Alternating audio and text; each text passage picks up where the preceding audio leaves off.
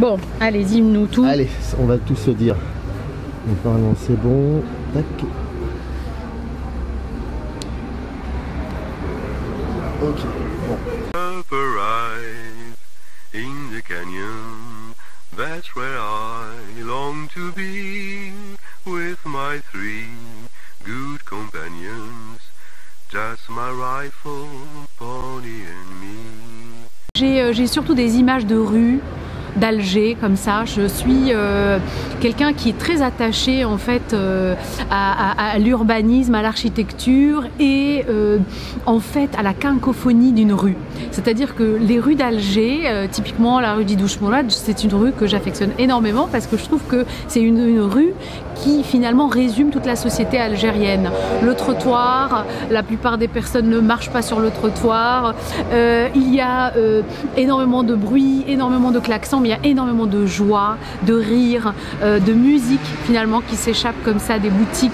Donc c'est vraiment pour moi quelque chose qui m'a nourri et je pense que c'est des choses qu'on retrouve aussi dans les films que j'essaye de faire. En tout cas dans Papicha on a cette pulsion de vie, cette énergie, finalement cette joie de vivre qui est mêlée finalement au drame aussi, aux difficultés que traverse la société, en tout cas algérienne. Donc voilà, pour moi c'est vraiment une image vivante parce qu'en fait j'ai été tellement nourrie par cette algérianité, on va dire, par l'Algérie, par finalement la classe populaire.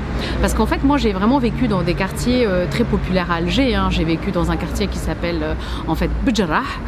Pour ceux qui connaissent, c'est vraiment un quartier très populaire et donc j'avais énormément d'amis, des voisins que je côtoyais. J'ai été à l'école en fait primaire, au lycée, finalement au collège, mais aussi à l'université à Alger. Et donc j'ai toujours baigné vraiment dans ce milieu social plutôt de classe moyenne. Et donc j'ai vraiment beaucoup côtoyé les familles, les femmes, les discussions, les cuisines, finalement les moments de joie, mais aussi les moments de tristesse. Et je pense que tout ça a nourri finalement mon inconscient, mon imaginaire. Et c'est ce que je ressors finalement quand j'écris.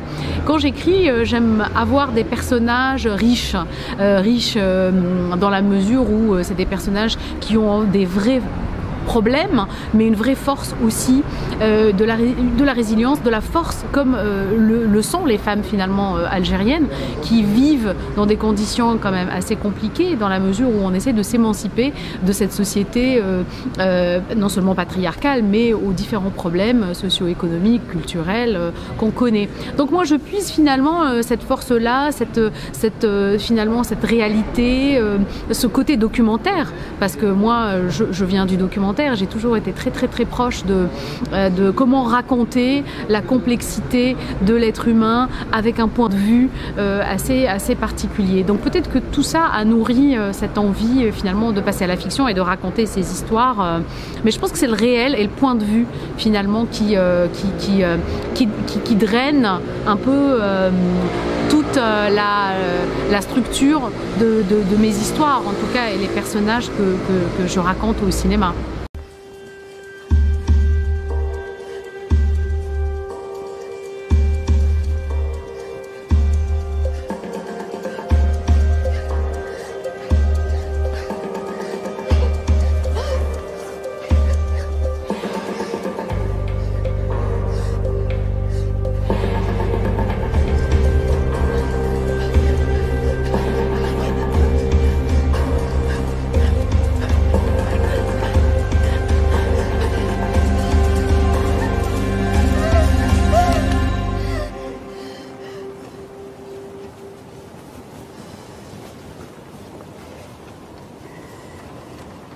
Moi, je suis encore une fois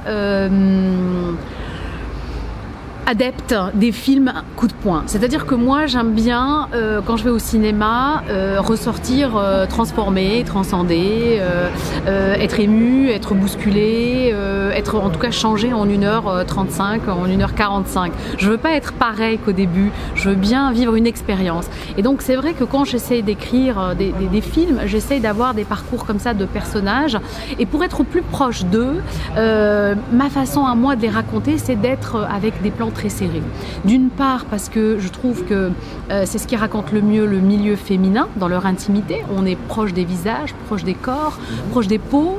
On est proche de cette intimité féminine qui se passe dans des milieux finalement souvent en intérieur. Et puis arrive cette séquence dont tu parles où les femmes finalement se libèrent et ce sont des femmes qui se retrouvent dans l'espace public finalement dans ce jardin. Et donc c'est le féminin qui prend finalement la place dans cet espace public et qui devient une source un peu comme ça il y a un côté solaire, il y a un côté très lumineux avec ces femmes qui reprennent conscience de leur corps. On voit des pieds s'enfoncer dans la terre, des pieds s'enfoncer dans l'eau. Donc vraiment tout ce côté très organique que moi j'aime beaucoup. Et donc oui, pour répondre à ta question, dans Houria, il y a beaucoup plus de plans serrés que dans Papicha, puisque en fait, la question qui s'est posée très rapidement, c'était pour moi comment filmer la danse. Alors la danse, pour moi, c'est quelque chose qui est très compliqué à filmer. Je trouve qu'un spectacle de danse se vit en direct.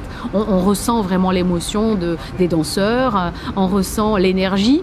Alors au cinéma, capter ça, c'est très compliqué. En tout cas, moi, j'ai trouvé ça très compliqué. Très vite, avec le chef opérateur, s'est posé la question de la mise en scène. Et donc très vite, on s'est dit, alors on va pas faire une captation, on va capter des émotions. Et donc faire un choix. Et donc filmer des visages, filmer des mouvements, filmer la langue des signes, filmer des pieds, filmer des mains, filmer la peau. Et donc finalement, la mise en scène était là au service de la narration aussi. Et alors après, ce film, c'est aussi comme un puzzle. On peut imaginer qu'il y a beaucoup de parties dans ce film, qu'il est très dense par ses thématiques, mais ce sont des thématiques nécessaires finalement à la compréhension du contexte dans lequel vivent ces femmes. Et donc c'est comme pièce par pièce, tu vois, on essaie de fabriquer un puzzle et on essaie de fabriquer cette histoire qui s'écrit au quotidien avec ces femmes qui sont blessées mais qui sont quand même là et qui sont debout, et on essaie de tisser finalement cette histoire avec ces petits bouts de plans, de femmes, de peau, d'énergie. Et donc en tout cas moi c'est vraiment un cinéma que j'aime beaucoup. Alors on m'a souvent dit le deuxième film c'est très compliqué, est-ce que tu vas y arriver, parce que bon, j'ai eu beaucoup de propositions de films en France, à l'étranger, aux États-Unis, mais ce film là j'avais besoin de le faire dans la continuité de Papicha. C'est vrai que Papicha c'était un premier film coup de poing, une envie de transmettre un parcours, une expérience que j'ai vécue, et puis finalement raconter l'Algérie d'aujourd'hui aussi, que les combats continuent, que ces femmes sont là, qu'elles ont du mal, mais qu'elles sont debout quand même et qu'elles trouvent des solutions à leurs problématiques, notamment à la communication qui peut passer par le corps ou par la langue des signes. Mais oui, je pense que tu as raison. Sans Papicha, on n'aurait pas pu imaginer Houria. C'est une évidence. C'est comme une boucle, la boucle est bouclée, c'est l'avant et le maintenant, et c'est uni finalement. Dans Papicha, la scène finale, on a un bébé dans le ventre de Hilda, qui est là, une comédienne absolument magnifique. On peut imaginer que 20 ans plus tard, c'est Houria qu'on voit aujourd'hui dans ce film-là. Donc il y a comme une continuité, mais en même temps c'est un film qui est différent parce que la décennie noire est un fantôme, et qu'aujourd'hui on a d'autres problèmes en plus que cette population doit gérer, et que les femmes doivent aussi en fait affronter pour continuer à vivre et à rester debout là-bas. Donc c'est encore une fois aussi un hommage à toutes ces femmes qui continuent à trouver de l'énergie, une pulsion de vie et des rêves. Et ce qui était important pour moi, c'était de passer aussi de l'individuel au collectif. C'est-à-dire dans Papicha, on sentait aussi avec ce défilé quelque chose qui se mettait en place avec ce groupe, mais là encore plus. C'est-à-dire que le collectif va finalement venir aider l'individu dans sa transformation, dans son émergence, dans son émancipation. Et on voit bien Lina Koudry dans ses sols sur cette terrasse face à la Méditerranée, et puis on finit en groupe avec toutes ces femmes, finalement, cette entraide et ce projet collectif et artistique commun de chorégraphie signée face à la mer, à la Méditerranée, comme un éternel adieu, un dernier adieu à Sonia qui a péri donc dans cette Méditerranée. Et du coup, ces deux films, c'est vrai, se suivent, se ressemblent un peu, mais ces deux films, je pense qu'ils sont nécessaires en fait. Contrairement à Papicha où toutes les scènes sont très bavardes, et moi j'adore ça, l'algérois c'est quelque chose que j'adore mettre au cinéma, c'est une langue tellement vivante et là je me suis retrouvée démunie, c'est-à-dire vraiment avec des comédiennes qui pouvaient pas parler. Et du coup c'est vrai qu'on a eu vraiment beaucoup de difficultés, on en a ri avec Lina et avec Myriam Mechkan de cette problématique typiquement algérienne, puisqu'on parle avec les mains, avec les gestes, on parle fort, on est vivante, on a des images drôles, on communique, et là, rien. Donc il fallait faire vraiment cet exercice de faire passer les idées par le corps, par le mutisme finalement, et le jeu. Et donc c'est vraiment un exercice pas évident en tout cas. Je fais très attention à tous les personnages, y compris les personnages secondaires, c'est-à-dire que je travaille sur l'évolution de chacun d'eux.